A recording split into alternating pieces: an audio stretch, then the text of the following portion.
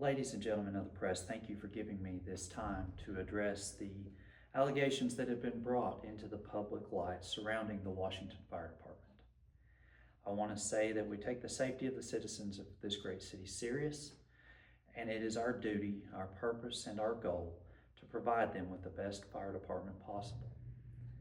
First, it has been publicized that our agency does not meet the National Fire Protection Association, or NFPA 1710, standard for staffing.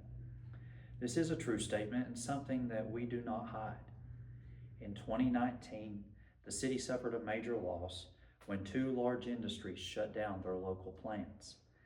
This had a huge impact on the entire city, causing many layoffs across the city, reduction in services, cuts and budgets across all city departments.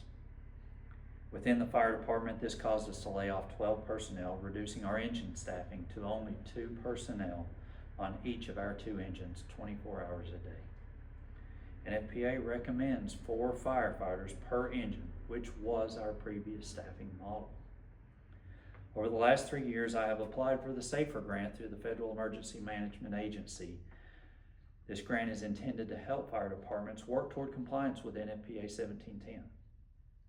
We have unfortunately been unsuccessful in our attempts. I've continued to request funding for additional staffing in our annual budgets each year. These requests have also been denied. The second point I'd like to address concerns the training for hazardous materials response within the organization. Since the layoffs for our department, we have also had several of our remaining personnel retire, and others who have left the department for other fire departments where they feel they have a more stable future. For this reason, we have lost personnel with experience and training. Therefore, we developed a plan to address the needs for hazmat training for our department. We implemented this plan last year and are in the process of training our personnel to respond properly to mitigate hazmat incidents. We have not completed this training yet, so therefore our department is not adequately trained to the level necessary to mitigate these incidents. To help offset this, we ensured that we had mutual aid agreements with other organizations to try to offset our staffing and our capabilities.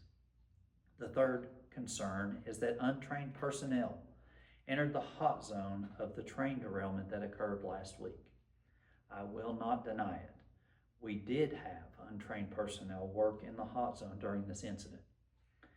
Due to the lack of training for these incidents, we had requested a mutual aid response from the regional hazmat team. We were told it would be nearly 2 hours for them to arrive due to the proximity of the hazmat team. Due to a history of flooding, our personnel knew that due to the geographic lay of the land and the size of the leak, that the sodium hydroxide leaking from the rail cars would be a life safety issue for the nursing home. Though the actions of the personnel did result in hazardous material runoff reaching the river and killing many fish, they no doubt saved many human lives that day. My final point is to ensure you that the elected officials have been made aware of the issues within the Washington Fire Department. I have made budget requests for the past 3 years to the city manager in order to address these concerns. We discussed these concerns during our regular public safety meetings.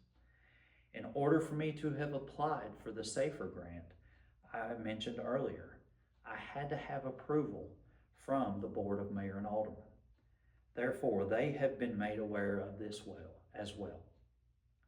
The public has had the opportunity to learn about our needs through our website, our social media posts, our annual open houses at the fire stations, and our annual report that is posted on the city website. These concerns have been addressed in all of these areas. I want you, the media, and the citizens of this great community to know that this fire department takes its job and responsibilities serious. And I, along with the great men and women of this department, have been working hard to restore the level of service and staffing that this city deserves. We will not deny the deficiencies of our current level of training and staffing, and have worked to supplement that with our mutual aid agreements with other departments. Thank you for your time, and I hope that you, the media, and the public can show your support for your Washington Fire Department by letting your elected officials know that you deserve the best fire department possible. Thank you.